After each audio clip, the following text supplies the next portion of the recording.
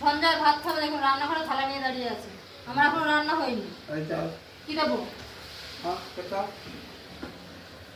দেখেছেন কিরকম অবস্থা? বাইরে চ, বাইরে চ, বাইরে চ, নিয়ে যাচ্ছি চ।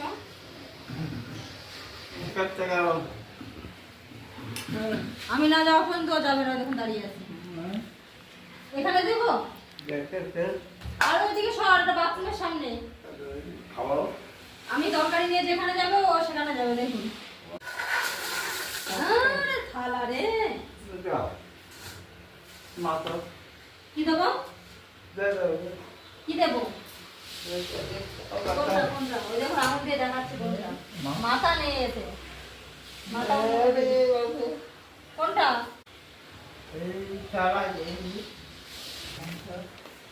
এটা দিই।